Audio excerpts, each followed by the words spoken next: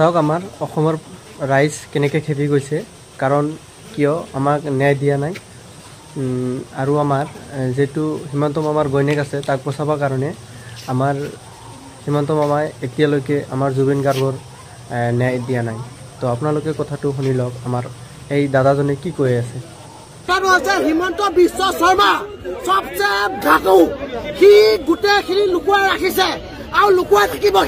সি গম পাইছে তাক ঘৈণীয়েকো ফচিছে, ফচাৰ কাৰণে সি এনেকুৱা অৱস্থা কৰি আছে। জুবিনক এতিয়ালৈকে ন্যায় দিয়া নাই, কিহৰ কাৰণে ন্যায় দিয়া নাই? সি ইমান দিন হৈ গ'ল, সি লুকুৱাই আছে কিহৰ কাৰণে? সি চব কথাখিনি গম পায়, টোটেলি কথা গম পায়, এটা এটা শব্দ।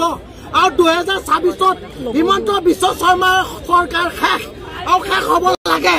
আমাৰ অসমৰ পাব্লিক মুখ্য নহয়, অভদ্ৰ নহয়, চবে বুজি পায়।